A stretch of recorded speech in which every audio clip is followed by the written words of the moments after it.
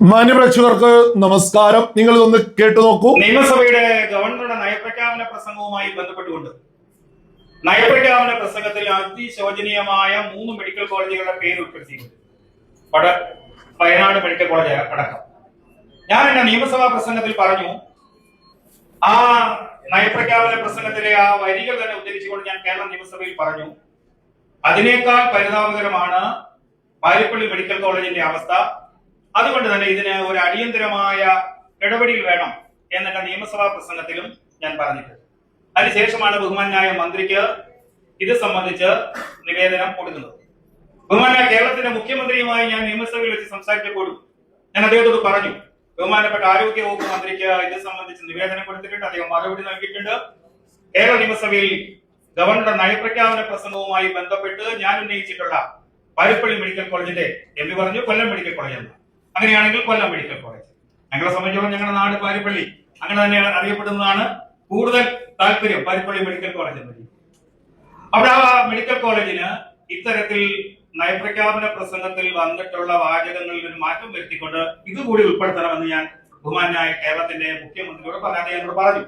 സംസ്ഥാന ആരോഗ്യ വകുപ്പ് മന്ത്രിയുമായി ഇതുമായി ബന്ധപ്പെട്ട് ചർച്ച നടത്തി വേണ്ടത് ചെയ്യാം എന്ന് അദ്ദേഹം കേരളത്തിലെ മുഖ്യമന്ത്രിയുടെ ശ്രദ്ധയിൽ ഞാൻ ഇതുമായി ബന്ധപ്പെട്ട് ആരോഗ്യവകുപ്പ് മന്ത്രി വളരെ കാര്യമായി ഞാൻ അദ്ദേഹത്തിന്റെ ചേംബറിൽ പോയിരുന്നാണ് സംസാരിച്ചത്. വളരെ തിരക്കുണ്ടായിട്ട് വളരെ അനുഭാവപൂർവ്വം അദ്ദേഹം ഇത് കേൾക്കുകയും ആ നിവേദനം വായിക്കുകയും ഒപ്പം അപ്പോൾ തന്നെ പ്രൈവറ്റ് സെക്രട്ടറിയോട് ഇതിന് വേണ്ട കാര്യങ്ങൾ ഏർപ്പെടണമെന്ന് നിർദ്ദേശം കൊടുക്കുക. അതിന് അദ്ദേഹത്തോട് ഞാനുള്ള നന്ദി പറയാം. നമ്മുടെ മണ്ഡലത്തോട് ഈ മെഡിക്കൽ കോളേജിനോട് അദ്ദേഹം കാണിച്ചത് വലിയ താല്പര്യം. കേരളത്തിലെ മുഖ്യമന്ത്രിയും അങ്ങനെ തന്നെയാണ്. അത്തരം കാര്യങ്ങൾ ശ്രദ്ധയപ്പെടുത്തിയപ്പോൾ പ്രത്യേകിച്ച് നിയമസഭയിൽ ഉന്നയിക്കപ്പെട്ട വിഷയം, നിയമസഭയിൽ ഇത് സംബന്ധിച്ച് ഞാൻ ചോദ്യം ചോദിക്കുകയും ആ ചോദ്യത്തിന് നിയമസഭയിൽ നിന്ന് മറുപടി ലഭിക്കുകയും ചെയ്തു. ഏറ്റവും പ്രധാനം ഒരു സൂപ്പർ സ്പെഷ്യാലിറ്റി മെഡിക്കൽ കോളേജ് ആയിട്ട് ഇതിനെ മാറ്റുക, അതിനു വേണ്ട അടിസ്ഥാന സൗകര്യങ്ങൾ ഒരുക്കുക. ഇവിടെ ഒരുപാട് ഉദ്ഘാടനങ്ങളൊക്കെ നടന്നിട്ടുണ്ട്.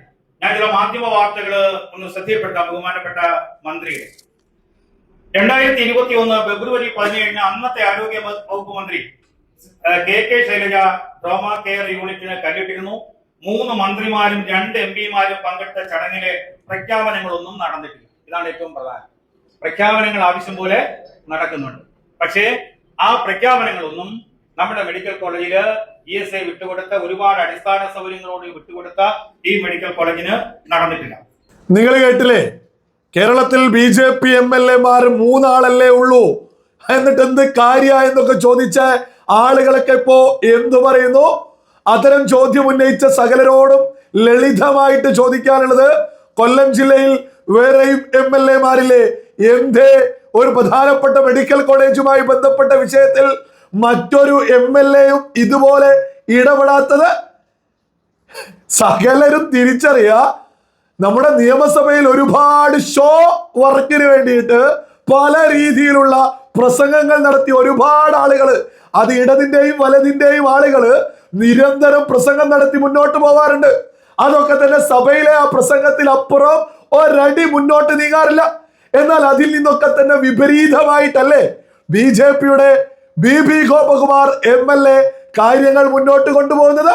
സഭയിൽ കൃത്യമായിട്ട് ആവശ്യങ്ങൾ ഉന്നയിക്കുക, അതായത് വലിയ രീതിയിൽ ഇടപെടലുകൾ ആവശ്യം വേണ്ട 3 മെഡിക്കൽ കോളേജുകളുടെ പേര് പറയുമ്പോൾ അത് മാത്രമല്ല, തന്റെ മെഡിക്കൽ കോളേജും അത് വലിയ രീതിയിൽ ഇടപെടലുകൾ നടത്തണം, ആവശ്യങ്ങളുണ്ട്.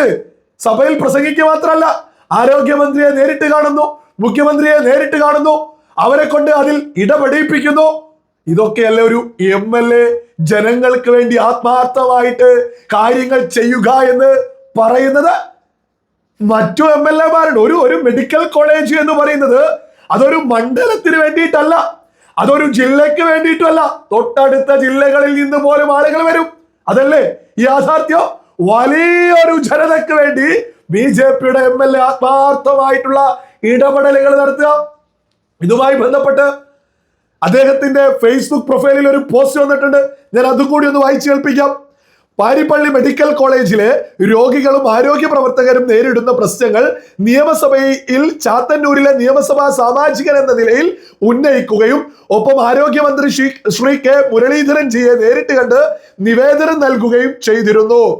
അതിന്റെ അടിസ്ഥാനത്തിൽ ആരോഗ്യമന്ത്രി ഇന്നു പാരിപ്പള്ളി മെഡിക്കൽ കോളേജിൽ നേരിട്ട് എത്തുകയും ചെയ്തു.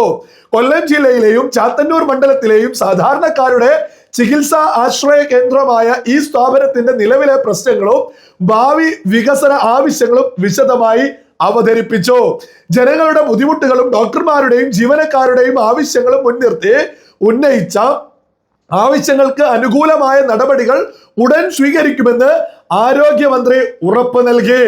100 ദിന കർമ്മ പരിപാടിയിൽ ഉൾപ്പെടുത്തി MRI സ്കാൻ സ്ഥാപിക്കാനും ഒഴിവുള്ള മുഴുവൻ മെഡിക്കൽ പാരാമെഡിക്കൽ തസ്തികകളും അടിയന്തരമായി നികത്താനും മന്ത്രി ഉറപ്പ് നൽകി.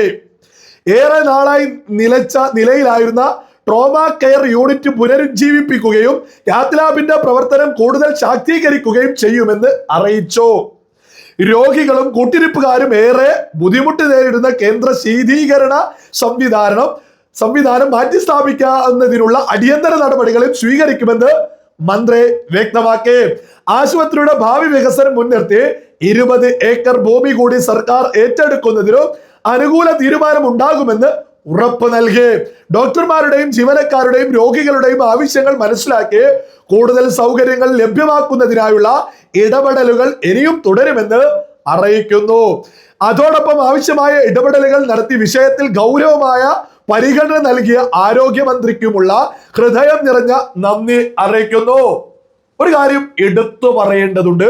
BJP കേരളത്തില് ഒരു സുന്ദരമായ രാഷ്ട്രീയം കൊണ്ടുവരുന്നുണ്ട് ജനങ്ങൾക്ക് വേണ്ടിയിട്ട്. അതായത് UDF തങ്ങളുടെ രാഷ്ട്രീയപരമായിട്ടുള്ള എതിരാളിയാണ് എന്നുള്ളത് കൃത്യമായിട്ട് ഉയർത്തിപ്പിടിച്ചിട്ട്, എന്നാൽ അവരാണ് കേരളം ഭരിക്കുന്നത് എന്ന യാഥാർത്ഥ്യം ഉൾക്കൊണ്ടുകൊണ്ട് കേരളത്തിന്റെ മുഖ്യമന്ത്രിയെയും കേരളത്തിന്റെ ആരോഗ്യമന്ത്രിയെയും ജനങ്ങൾക്ക് വേണ്ടിയിട്ട് തന്റെ മണ്ഡലത്തില് തന്റെ ജില്ലയിലെ മെഡിക്കൽ കോളേജിന് വേണ്ടിയിട്ട് കൃത്യമായിട്ട് ഇടപെടിപ്പിക്കുകയും ചെയ്തു. ഇതൊരു സുന്ദരമായ രാഷ്ട്രീയ, കേരളത്തിൽ ഇന്നേ വരെ കാണാത്തൊരു രാഷ്ട്രീയ. കേരളത്തിൽ എന്താണെങ്കിലും നമ്മുടെ പ്രധാനമന്ത്രിക്കെതിരെ കേന്ദ്ര സർക്കാരിനെതിരെ എന്തെങ്കിലും വിളിച്ചു പറയലാണ് ഇവിടെ UDF-ഉം LDF-ഉം നിരന്തരം നടത്താറുള്ളത്. അത് യഥാർത്ഥത്തിൽ കേരള ജനതയ്ക്ക് ദോഷം മാത്രം. കേന്ദ്ര സർക്കാരിന്റെ പല ഫണ്ടും വാങ്ങില്ല എന്ന് പറയുന്നതൊക്കെ കേരള ജനതയെ UDF-ഉം LDF-ഉം കൂടി അങ്ങ് വലിയ രീതിയിൽ ഉപദ്രവിക്കുകയാണ് എന്ന യാഥാർത്ഥ്യം. ഈ BJP-യിൽ നിന്ന് ഈ ഒരു രാഷ്ട്രീയം UDF-ഉം LDF-ഉം കണ്ടുപഠിക്കണോ? BJP MLA എത്ര സുന്ദരമായിട്ടാണ് UDF മന്ത്രിയെയും UDF-ന്റെ മുഖ്യമന്ത്രിയെയൊക്കെ തന്റെ ജനങ്ങൾക്ക് വേണ്ടിയിട്ട് ഇടപെടിപ്പിക്കുന്നത്. ഇത് സകല മലയാളികളും തിരിച്ചറിയാ. ഈ കൊല്ലത്തെ പ്രധാനപ്പെട്ട മെഡിക്കൽ കോളേജുമായി ബന്ധപ്പെട്ട് വലിയ ഇടപെടൽ ഈ ഒരു സഭയിൽ ഒരു പ്രസംഗം നടത്തി അതങ്ങ് അവസാനിപ്പിക്കുന്നില്ല. കൃത്യമായ പഠനം നടത്തി, കൃത്യമായ ഇടപെടൽ നടത്തി ജനങ്ങൾക്ക് വേണ്ടി നിരന്തരം BB ഗോപകുമാർ ശബ്ദമുയർത്തുക. ഈ മീറ്റിംഗിൽ പോലും കൃത്യമായിട്ട് ഇടതുപക്ഷം പ്രഖ്യാപനങ്ങളെ നടത്തിയിട്ടുള്ളൂ എന്ന് പറഞ്ഞ് അതിന്റെ വാർത്തകൾ എടുത്തു വായിക്കുക. ഇവിടെ പ്രഖ്യാപനങ്ങൾ മാത്രം വേണ്ട, ഇവിടെ ആളുകൾക്ക് വേണ്ടി കാര്യങ്ങൾ ചെയ്യണമെന്നുള്ളത് എടുത്തു പറയാ. വിശദമായ പഠനങ്ങൾ നടത്തിയാണ് അദ്ദേഹം ജനങ്ങൾക്ക് വേണ്ടി നിരന്തരം ഇടപെടലുകൾ നടത്തുന്നത്. പിന്നെ മറ്റൊരു കാര്യം എടുത്തു പറയേണ്ടതാണ്, ഇതുപോലെ മെഡിക്കൽ കോളേജിന് വേണ്ടിയിട്ട് ഇടപെടലുകൾ നടത്തിയിട്ട് മുഖ്യമന്ത്രിയെയും ആരോഗ്യമന്ത്രിയെയും അവിടേക്ക് എത്തിക്കുന്നു. കാര്യങ്ങൾ നിരന്തരം ഇടപെടലുകൾ നടത്തുന്ന BB ഗോപകുമാർ ഈ വിഷയത്തിൽ ഇടപെട്ടതിനെ കുറിച്ച് ഒരു വാർത്ത പോലും ഒരു വേണ്ട വിധത്തിൽ നമ്മുടെ പ്രമുഖ മാധ്യമങ്ങൾ ഈ വിഷയത്തെ ചർച്ച ചെയ്യുന്നേ ഇല്ല. എങ്ങനെയാ നമ്മുടെ കേരളത്തിലെ പ്രമുഖ മാധ്യമങ്ങൾ ഇതൊക്കെ ചർച്ച ചെയ്യുക? ഇതൊക്കെ ചർച്ച ചെയ്താൽ 3 BJP MLA-മാർ നാളെ 103 അങ്ങ് എത്തില്ലേ? അതുകൊണ്ട് പരമാവധി ഇതൊന്നും വേണ്ട വിധത്തിൽ BB ഗോപകുമാറിന്റെ ഈ ഇടപെടലിനെ കുറിച്ചൊന്നും നമ്മുടെ കേരളത്തിലെ പ്രമുഖ മാധ്യമങ്ങൾ വലിയ പ്രത്യേക ഒരു ചർച്ചയൊന്നും നടത്തിയ ഒരു വാർത്തയും കൊടുക്കുന്നില്ല എന്നുള്ളതും സകല മലയാളികളും തിരിച്ചറിയാ. മറ്റൊരു കാര്യം, പ്രമുഖ മാധ്യമങ്ങൾ ഉൾപ്പെടെ BJP വിരുദ്ധരായിട്ടുള്ള സകലരും തിരിച്ചറിയേണ്ടത്, BB ഗോപകുമാർ BJP-യുടെ 3 MLA-മാർ എന്ത് ചെയ്യുന്നു എന്നുള്ളത് കേരള ജനത കൃത്യമായിട്ട് മനസ്സിലാക്കുന്നുണ്ട്. ഇത് വെറുതെ ഒന്നല്ല വെസ്റ്റ് ബംഗാളില് 3 208 എത്തിയത്.